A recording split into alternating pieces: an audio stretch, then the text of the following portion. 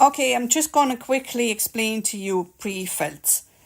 So this is a pre-felt. So it has been felted, and you can see I've cut out some bits and pieces. It has been felted, but only for a very short time, and it has not been fulled. By fulling, I mean you have felt like this and it's wet. You're just after felting it, it's wet, but you're going to full it. That means you're going to make the felt even tighter, that it really locks and it closes the fibres and the scales down. So you're going to toss it on the table, or you can roll it up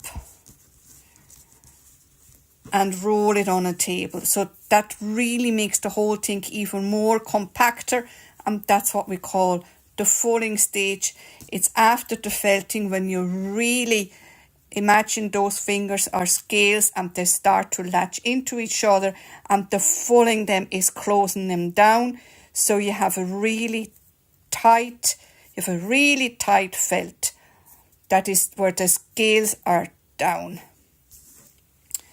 So when the scales are not completely closed down, you have a pre-felt, and you can see from this one here, it is a very loose pre-felt, and that's exactly what I want, because if I felt this too much, like this one here, this completely felted, I have literally no wool. And if I wanted to add this green felt here to another fresh piece of wool, this will not latch on, because the scales have closed, and no matter what you do, you are not going to connect something that's closed down. So you want the scales open when you have other ones going on top, that they are able to connect again and then close down. So do the pinch test,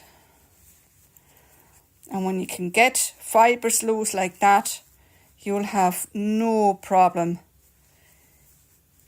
getting another piece of wool attached to it. Because see this here, when I add this to warm water, if I add warm water to this, add more wool, this will latch on no problem. It's really loose. It's the other side of it. Really loose compare to this.